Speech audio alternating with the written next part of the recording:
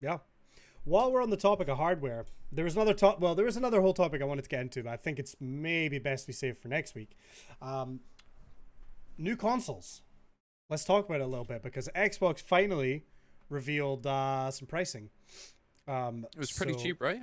so the Xbox Series X, the big one, in US dollars was $499, right? If I'm not Yeah. mistaken. But they Like also four revealed, dollars ninety nine. Yeah, four yeah, dollars dude, ninety nine. same price as a I'm Twitch gonna sub. buy It's 10 of them. crazy. They revealed that, and then they also, what was originally leaked, they have the Xbox Series S, not to be The confused with the boombox. Xbox One S, but it's a smaller disk diskless version. But it's only what was it, $299? Yeah, I was Yeah. surprised how cheap that Yeah. version is. So, but apparently this $299 new Xbox is still going to be, I think somewhere said 4K 120 it's capable of for certain things. How many teraflops is that? All I don't know. Hundreds of teraflops. The At only thing I least two. saw was people were saying that there might not be enough RAM to it. I haven't looked into it too much, but certainly I've not really an Xbox person. All my library is all PlayStation side, so I'm definitely leaning towards PS5, just purely because that's the ecosystem I'm already in. But if I was gonna buy an Xbox, this 299, I mean in the UK it'll be what, £250. That that is a good deal for a brand new console that's going to be more powerful than my current PlayStation 4 Pro. That's kind of insane, really. I don't think Yeah. I'm going to buy Xbox, and it might be a hot take here, but I don't think they have any good exclusives. I don't like Halo, and I don't like Gears of War. So, If you look at And the past, like the PlayStation have had some really key individual titles. If you look at like Last of Us, that game sold so many copies, and it's still big on streaming platforms today. Like it's not a hot take; it's just a fact. The thing, the I'm gonna the go out and say the it. big thing with Microsoft and Xbox, and I want to avoid the console wars, right? Because it's all bullshit, right? But Xbox has the Game Pass, which undeniably, like objectively, is a phenomenal deal. Where you have this monthly subscription and all these games are available. But if you have a PC, which all of us do here in the podcast, and I'm sure many people other do, you can play any of these Xbox games on PC for the most part. So The majority, yeah. yeah, so really, to me, it's like, well, I can get a PlayStation and get the best of both because I can play all the PlayStation exclusives, and chances are any Xbox game that I'm interested in, I'll be able to play on PC. But then having this, cheaper model Xbox for 250 quid that I could pick up and just play some Xbox games on is very appealing. I don't really want to drop £500 on a new console, so it's quite I think nice to have that. one of the good things about the whole like Xbox and PC integration is the whole crossplay. Like the amount of times where I've actually played Sea of Thieves with people on the Xbox and the PC at the same time, the PlayStation just hasn't bridged that gap yet. And if that's the kind of integration that you want, like if you've got friends on Xbox and you're a PC gamer but you want to play with them, I think if the PlayStation can bridge that gap, I think no one would really go anywhere near the new Xbox. I think it's also I think it's more of a complicated matter for people in our position where we all stream off of PC, and we play some console, and we also play a lot of Windows-based PC games. If you already have a PC that is capable of like mid-tier gaming, the Xbox suddenly becomes less of an appeal. And I think that the whole console war really only still rages for people who are in a position, either economically or just by choice, want to play from the couch and they want to play on a console. That is their preferred method to do so. It could be, economically driven. There's plenty of people who, if they are a college student, if they are, like a single family, if they, are buying this for like, one of their children, they may be limited by what they can spend on a device. So this is very appealing to them. And the decision of, do I get an Xbox or do I get a PlayStation? That's going to be a much more emotionally weighted choice that they have to make. Whereas if somebody's already into PC gaming, well, for me, I'm looking at it like, well, it's probably going to be PlayStation all the way. If they have an exclusivity titles, I can get it there. What's the likelihood of Xbox, releasing something that is going to be PlayStation console only? Xbox pretty much always goes exclusive to Xbox, but also PC. Yeah. Because it's Windows based, and they're already drawing in a crowd with Windows. So for me, it's like for me it feels like a no brainer. But I think that the people who, if they already have one console or the other now and aren't planning to move into a gaming PC situation, then I think it's maybe a little tough. Um, the price point though is so amazing for Yeah. the S, and I think a lot of families who are on a tight budget, that is going to be a solid buy for them, unless the PlayStation can do something similar. And they've Or been you just get the shrouded in PlayStation secrecy. and then just get the S so you can get the Xbox. Well, see, stuff. Yeah, this is my move, because Yeah, like that a too. lot of games are saying like, well, you get a free upgrade, if you have the Xbox One X version or Xbox One version. I think a lot of games are doing this free upgrade path when you buy the new console. So if you're, for example, a Destiny player that's playing on console right now, maybe you're stuck to playing at 30 frames per second. They've confirmed Destiny 2 is going to run 60 frames per second 4K on both the new consoles. Potentially, you spend that 250 and you're now playing 4K 60 FPS Destiny, which frankly, I struggle to run that on my PC, which costs a bit more than 250, like it's definitely You can't blame compelling. your inadequacies at setting up. Yeah, okay, but like my point is it's a potentially a very compelling price for those specific people that are maybe just wanting that upgrade of hardware. Although I'm a hardcore like physical games for consoles. Like I like to have the discs, even for PS5 when I do eventually get one. I definitely want the one with the disc drive, because particularly as games get larger and larger, having to download full games and keep them on hard drives is just not for me, man. I want it on the disc so I can just delete it and then reinstall it off the disc whenever, But yeah, I think it's very interesting that we finally got prices. With release date was November. I want to say the 10th of November, if I'm not wrong. Anyone know that off the top of their head? I don't remember. No. But either way, they've now basically released the price 2 months before the actual release date of the console, which is kind of unheard of. Usually we know the price way in advance, and we still don't know the PlayStation price yet. It's November. November. Okay. I knew it was that month. I just didn't know the specific date. Chat says November 10th, so there we go. But do you think that price is heavily driven with the current climate that we're in? Obviously, the majority of us have been stuck in for the last 6 months. What do you mean though? With I'm sure they weigh that into account. I think So, so. Their marketers probably worked on it. yeah, you've got a lot of unfortunate families that haven't been able to physically get out and work towards like the whole cost of living when it comes to December time, because it's huge. I remember having to save up, even working a full-time job, just to buy presents for like people that I cared about. Never mind the expectation that like parents have to spoil their kids at Christmas. So I think if we didn't go through this pandemic, I think the actual price would have been much more inflated. really? Okay. And I think that this is a huge move for them, knowing that if they make it manageable, and I'm not saying that everybody can afford the price tag, but with something that powerful and seemingly jumping a total generation, it's not just a little add-on, it's not just like a little bit more. It seems like a huge jump to have that kind of price tag associated with it. It's the exact same thing as the NVIDIA graphics cards. I think it's the exact same, because imagine the amount of power that you're getting for something that doesn't really cost that much in the whole PC gaming kind of realm. The Series X being priced at only $500 is a steal for the actual specs that you're getting in that machine.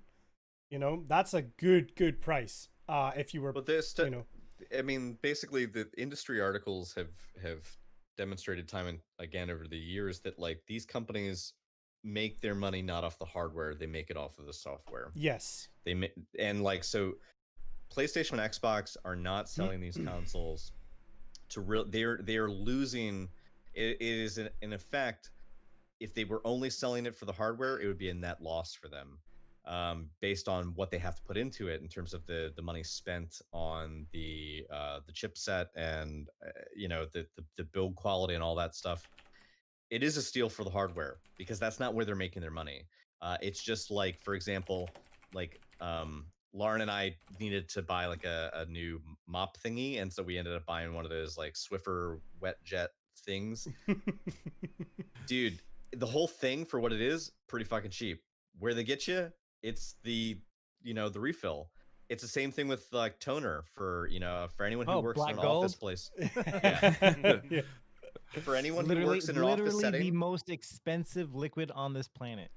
they can sell you a crazy, like all-in-one printer scanner. It's got all the bells and whistles. Its build quality can be really high, and it's still pretty fucking cheap. It's because the money is not in the hardware. The money is in the content and the purchases that are going to happen later as a result. And it's going to be the passes. It's going to be Xbox Live Pass. It's going to be the PlayStation Plus Pass. That's where they're making their money. Yep. So I yeah, I don't think that the pandemic maybe necessarily affected the pricing, but I think Xbox S is going to clean up, because I think you're right. There are families that have been hurt economically because of quarantine over this year, but that's the price point is going to be so good, as you said, for such a huge jump in quality of content that that I mean, a family.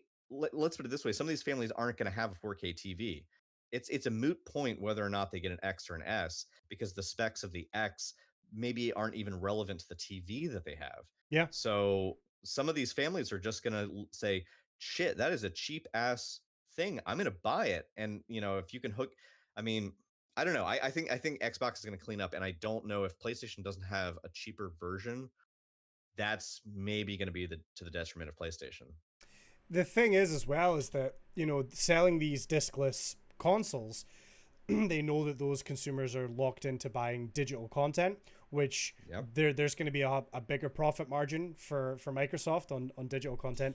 I can't speak for the pricing of that on Xbox, but certainly on PlayStation, it takes a long time for games to drop in price. There's sales and things, but 9 times out of 10, if you go into a store and buy a pre-owned copy of a game, it's going to be way cheaper than buying it digitally. Yeah. So, I mean, it's one of the reasons I always like to stick with discs, because then you have the option of getting pre-owned content from somewhere else.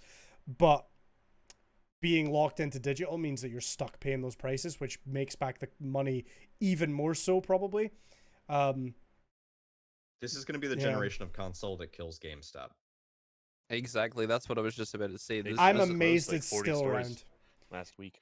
In the UK, we have Game, which I think is the equivalent, and I'm sure they were this close to actually closing down before the PS4 launched, and I'm amazed they're still running with this, this whole time. And it's a shame. I love physical games. I don't want Going the way of to move Blockbuster, away. man. Yeah, Mhm. The same thing.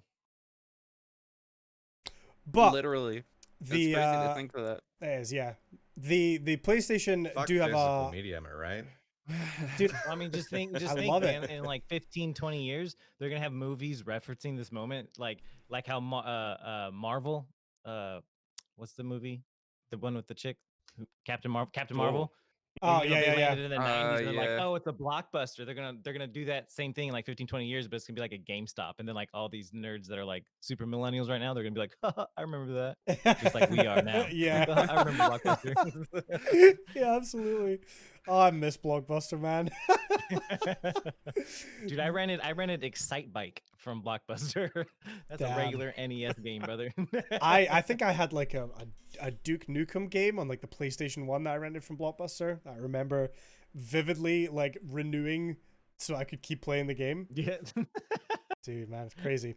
I The- just say fucking pay the late fee. Yeah.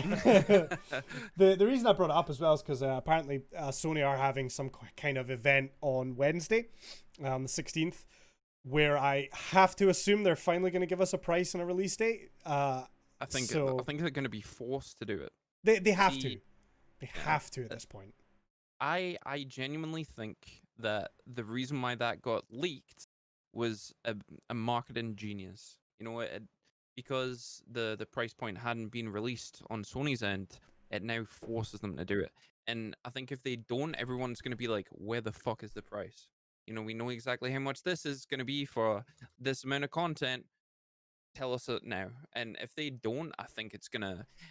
I don't necessarily think it's gonna hurt their reputation, but it's gonna have a lot of people saying, "Where the fuck is it? Like, give me Do it you now." think that they would do you think they would have released the price already?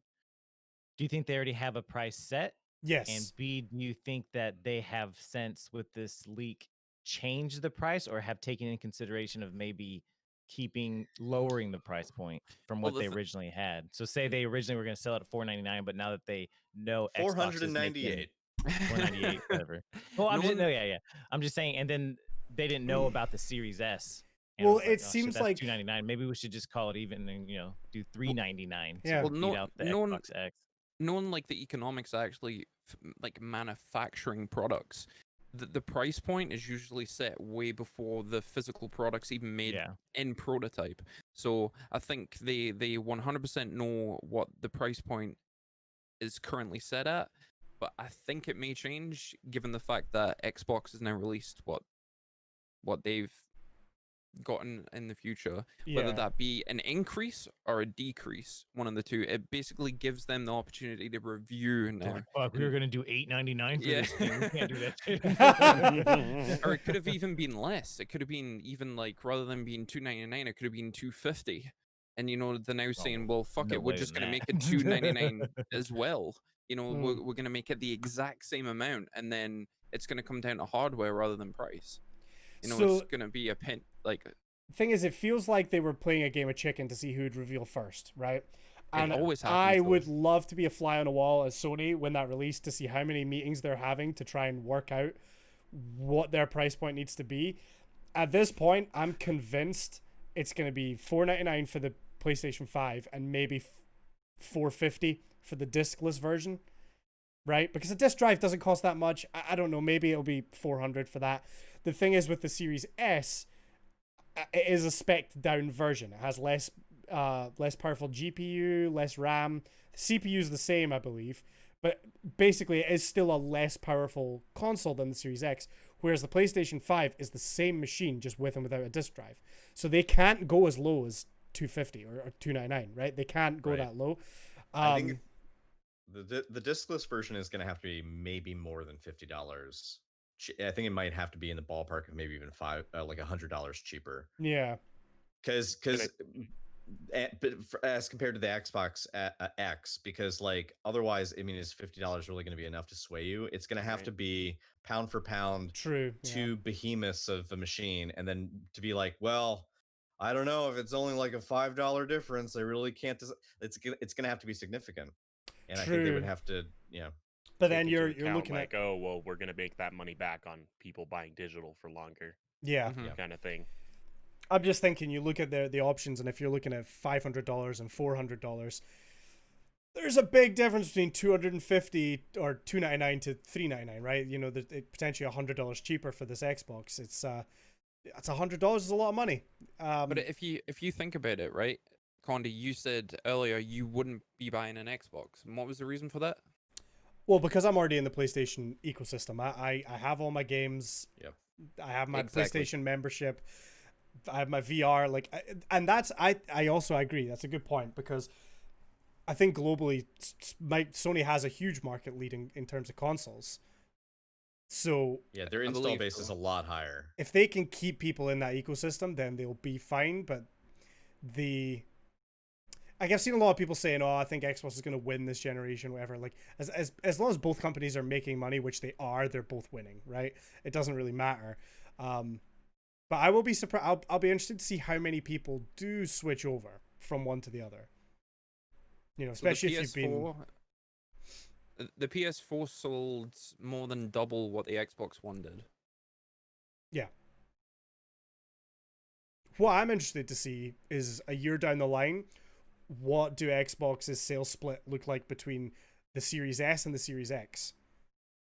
because I still think a lot of people are going to want to go for the more powerful console, right? I mean, seems like that's the way. I mean, I think the PS4 Pro sold quite well, despite it not really having much of a benefit over the base PS4. I'm going to be really curious to see how many people buy the Series S and go for that, you know. It's going to be interesting.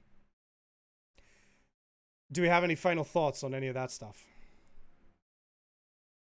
I'm excited to see what PlayStation actually releases. Meow. Sorry. My bad.